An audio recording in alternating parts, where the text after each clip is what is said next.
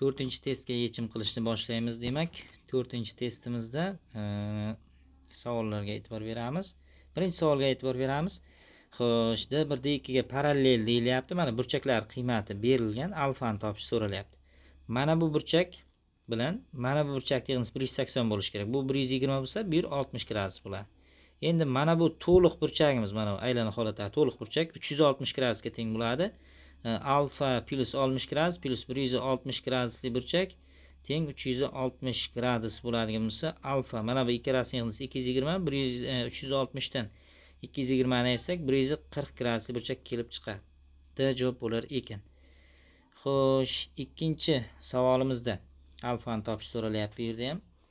Xo'sh, mana bu yerdan chiziq o'tkazishimiz kerak. Mana bunday holatda. Xo'sh, parallel chiziq bo'ladi albatta bu. Mana bu D3 deyman. D3 D1 bilan D2 ga ham parallel bo'ladi. Undan mana bu burchak bilan mana bu burchak yig'indisi 180 bo'ladi, bu 30 gradusga teng bo'ladi. Mana bu burchak bilan mana bu burchak ham 180 gradusga teng bo'ladi. Yig'indisi bu yer 140 gradus bo'lib qoladi. Endi mana bu holatda uchalasi birgalikda yoyiq burchak tashkil qiladi. Alfa burchak plus 30 gradusli burchak plus 140 gradusli burchak. Bularning yig'indisi 180 gradusga teng bo'ladi. Alfa bu yerdan 10 gradus ekanligi kelib chiqadi. Ha, javob. Xo'sh, uchinchi savolimizda mana bu yerdan parallel chiziq o'tkazib olamiz. S uchidan. Xo'sh. Sal yuqoriroqda o'tkazishimiz kerak ekan. Mana shunday holatda hozir to'g'rilaymiz. Mana shunday holatda parallel to'g'ri chiziq o'tgan deymiz. Mana bu kesishyapti. Xo'sh, endi mana bu D3 chiziq bo'lsin, bu D2 ga ham D1 ga ham parallel D3 chizig'imiz. Mana bu burchak shart emas bizga. Mana bu holatda mana bu burchagimizga e'tibor beramiz. Mana chiziq bilan ko'rsatyapman. Mana bu burchakka teng bo'ladi. Bu yer 2x bo'lsa, mana bu qismi x plus 35 gradusga teng bo'ladi. Ikkalasi yig'indisi mana bu 3x plus 35 ni beradi. Endi mana bu chiziq bilan mana bu chizig'imiz parallel ekanligidan mana bu bilan buni yig'indisi 180 ni berish kerak. Ya'ni x plus 75 gradusli burchak plus yana x plus 35 gradusli burchaklar yig'indisi 180 gradusga teng bo'lishi kerak. 2x imiz teng, mana bunga buni qo'shsak 110 bo'ladi. 180 dan 110 ni ayirsak 70 gradus qoladi. Alfa bu yerda 35 gradus ekanligi kelib chiqadi. D javob bo'lar ekan demak. Xo'sh, to'rtinchi savolga e'tibor beramiz. To'rtinchi savolda ham alfani topish talab qilinyapti bu yerda. Xo'sh, demak. Mana bu yerdagi burchagimiz, mana bu yerdagi burchagimiz bilan ikkalasi teng bo'ladi, 42 gradus. Endi mana bu yerdan chiziq o'tkazib olamiz hozir. Mana bu chiziqni davom ettirsak, mana shunday qilib. Mana bu yerdagi burchagimiz bu 58, 42. Ikkalasi birgalikda 100 bo'ladi, mana 80 gradusga teng bo'ladi. Mana bu yerdagi burchagimiz 100 gradusga teng bo'ladi. Endi mana bu burchak bilan mana bu ichki burchak bilan mana bu ichki burchakning yig'indisi mana bu tashqi burchakka teng bo'ladi. Demak, alfamiz 100 gradusli, o'ziga qo'shni bo'lmagan 100 gradusli va 20 gradusli ichki burchaklar yig'indisiga teng. Alfa 120 gradusga tengligi kelib chiqadi. S javob bo'lar ekan. 5-chi savolga e'tibor beramiz. Demak, 5-chi savolda ham alfani topish talab qilinyapti. Demak, xo'sh. Bu yerda hozir mana bu chiziqni davom ettiramiz to'liq holatda.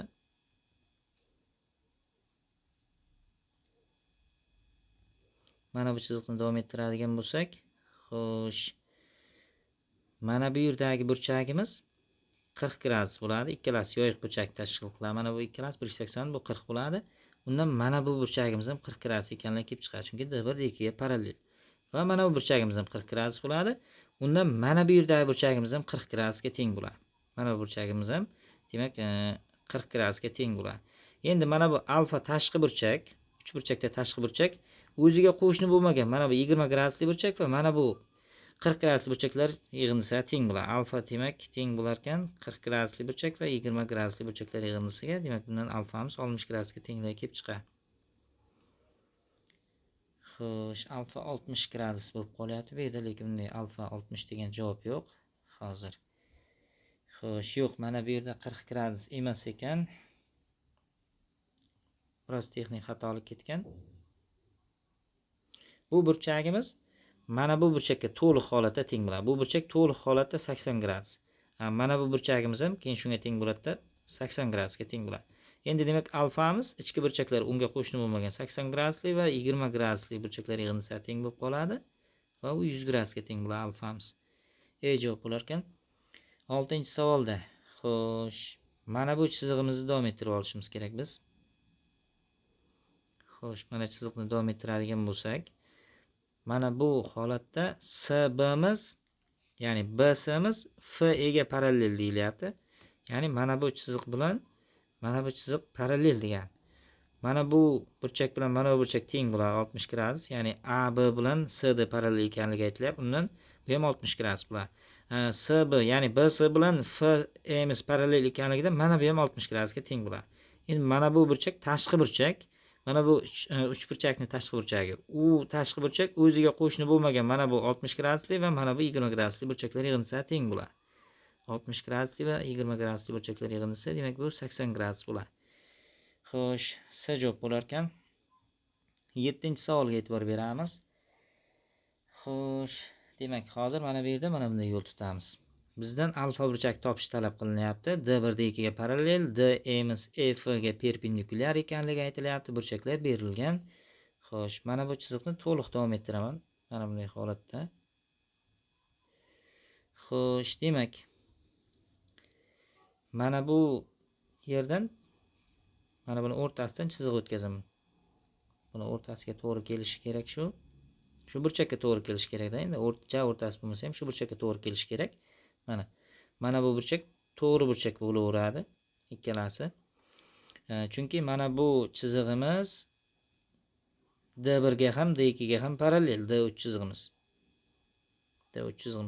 Endi mana bu yerdagi CE kesmamiz, ya'ni CE dan to'g'ri chiziq o'tkazsak, D1 ni ham, D2 ni ham, D3 ni ham perpendikulyar holatda kesib o'tadi. Nima uchun? Chunki D1 ni perpendikulyar qilib kesib o'tdimi, u D2 ham D3 ham unga parallel bo'lgani uchun D2 ni ham D3 ni ham shunday perpendikulyar ravishda kesib o'tadi.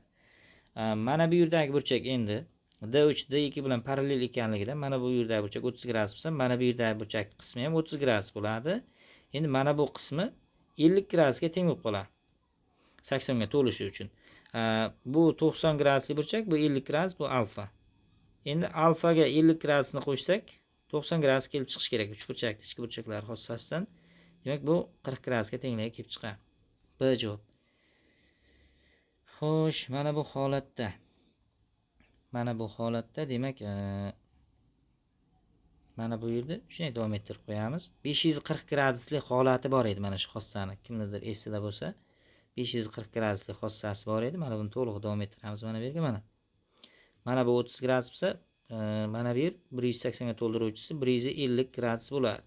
150 gradusli burchak, alfa burchak, mana bu alfa va mana bu 140 gradusli. 4 ta burchakning yig'indisi 540 gradusga teng. Endi 150 ga 140 ni qo'shsam 290 gradus bo'ladi. Alfaga alfani qo'shsam 2 ta alfa. Ular birgalikda 540 gradusga teng bo'ladi. 2 alfamiz 250 gradusga tengligiga kelib chiqadi va alfani topsak bu yerda 125 gradus ekanligi kelib chiqadi. B javob bo'lar ekan. Xo'sh, mana bu holatda. Demak, mana bu holatda hozir mana bu chizmani davom ettiramiz. Birinchi navbatda F nuqtadan mana shunday holatda bu yoqqa davom ettiramiz. Mana bu chizmamizni, ya'ni chizig'imizni B nuqtadan bu yoqqa davom ettiramiz hozir. Xo'sh, endi mana bu yerda aytilyapti D1 D2 D3 parallel. Mana bu D3 D1 ga parallelligidan mana bu alfa bo'lsa, mana bu yerda burchak ham alfa bo'ladi. Xo'sh, keyin demak mana bu yerdan ham chiziq davom ettiramiz bu holatda.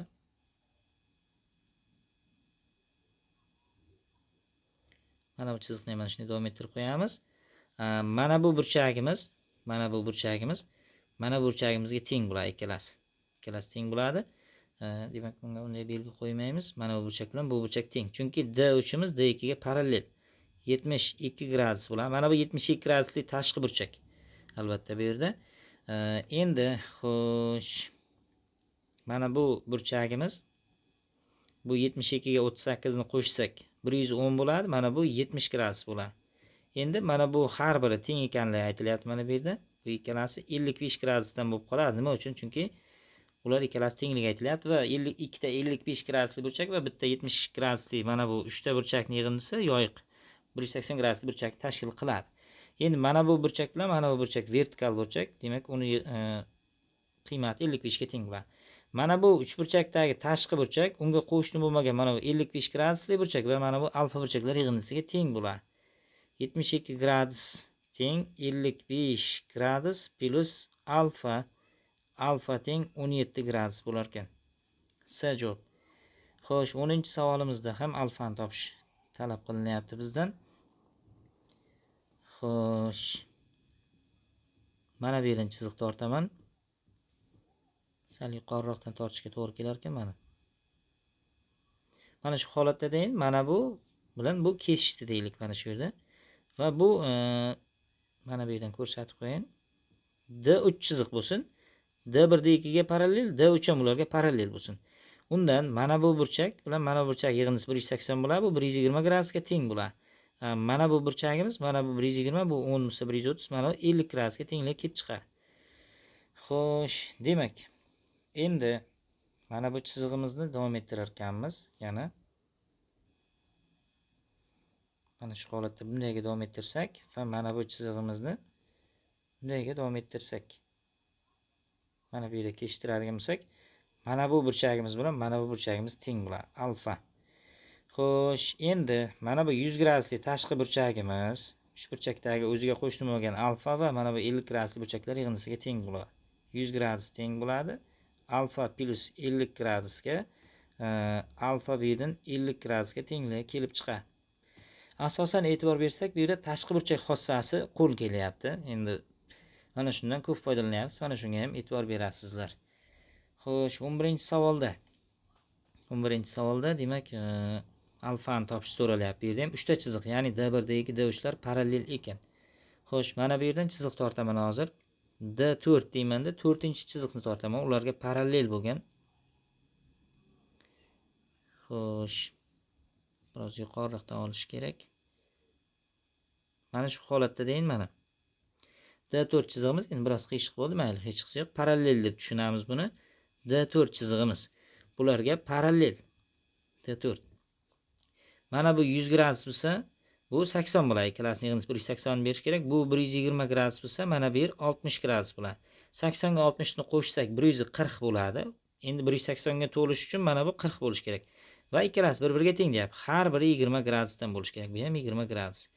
Endi mana bu D4imiz mana D1 ga parallelligidan mana bu burchagimiz umumiy holatda mana bu burchak 60 ga 20 qo'shsak 80 gradus bo'ladi va mana shu burchak bilan mana alfa burchagi yig'indisi 180 ga teng bo'lishi kerak bo'ladi. Alfa plus 80 gradusli burchagimiz 180 gradusga teng bo'lishi kerak bo'ladi. Alfa teng 100 gradus bo'lib qoladi. Demak, S javob bo'lar ekan. Xo'sh, 12-savolimizda mana buni bundayga davom ettiramiz hozir. Mana bu chiziqni mana bunday davom ettirsak. Xo'sh, mana bu burchagimiz 180 gradus minus alfa bo'ladi. Endi burchaklar uchiga qaraymiz. Mana bu ikkalasining yig'indisi 180 gradus minus alfa bilan 70 gradusni yig'indisi. Mana bu yerda burchagimiz 360 ga to'ldiruvchi bo'ladi, 90 gradus bo'ladi. Mana bu uchli burchak bilan mana bu uchli burchaklar yig'indisi teng bo'ladi. Burchak uchiga qarasak o'zi qarama-qarshi yo'nalgan bo'ladi. Bular yig'indisi teng bo'ladi. Mana bu 250 gradus minus alfa teng 120 gradus bo'lib qoladi. Alfamiz 130 gradusga teng bo'ladi. B javob bo'lar ekan. Xo'sh, 13-savolda. 13-savolga e'tibor beramiz. D3imiz D2 ga parallelligidan mana bu yerda ko'rsatilyapti. Mana bu 150 gradus bo'lsa, mana bu yerda burchak 30 gradus bo'lib qoladi. 180 ga to'ldiruvchi. Ya'ni 150 bilan 30 yig'indisi 180 bo'lish kerak. Mana bu burchak 150 gradusga teng bo'ladi 180 ga to'lishi uchun. Undan mana bu x'imiz 50 gradus bo'ladi, mana bu yerimiz 100 gradus bo'ladi. Xo'sh, mana bu yerdan biz chiziq tortamiz hozir. Mana bu yerdan chiziq tortamiz, mana bu yerga. Xo'sh, mana bu yerga chiziq tortadigan bo'lsak, D2imiz bilan D1imiz parallelligidan mana bu alfa bo'lsa, mana bu yer ham alfa ekanligi kelib chiqadi. Endi mana bu alfa ichki burchak bilan mana bu 100 gradusli ichki burchaklarning yig'indisi alfa plus 100 gradus. Mana bu tashqi burchak 128 gradusli tashqi burchaklar tashqi burchakka teng bo'ladi. Bundan alfani topsak 28 gradusga tenglik kelib chiqadi. A javob bo'lar ekan. Xo'sh, 14-savolda ham alfani topish talab qilinyapti bu yerda. Xo'sh, hozir buni demak chiziqlarni davom ettirishimiz kerak. Xo'sh, buni bundayga davom ettirsak. Hozir buni bundayga davom ettirib ko'ramiz. Buni bundayga davom ettiramiz va mana bu yerdan ham D3 degan chiziq o'tkazib olamiz. Parallel bo'ladigan D1 bilan D2 ga parallel bo'ladigan mana bu yerda D3 chizig'i o'tdi deylik. Mana bu D3 bo'lsin. Bularga parallel. Mana bu burchak bilan mana bu burchak yig'indisi 180 bo'lishi kerak. Endi mana 120 bo'lsa, mana bu 30, mana bu burchak 90 bo'ladi. Tashqi burchak xossasiga ko'ra bu burchak bilan bu burchak yig'indisi bunga teng bo'lishi kerak. Mana bu 90 ga teng bo'lsa, mana bu ham 90 bo'ladi. Bu yer 20 mi? Bu yer 70 gradus bo'ladi. Endi D2 imiz D3 ga parallelligidan mana bu 70 gradusli burchak bilan mana bu alfa burchak yig'indisi 180 gradus bo'lishi kerak. Alfa plus 70 gradus teng 180 gradus bo'ladi. Alfani topsak 110 gradus bo'lar ekan. B javob bo'lar ekan demak. Xo'sh, 15-savolimizga e'tibor qaratamiz. Bizdan alfani topish so'ralyapti bu yerda.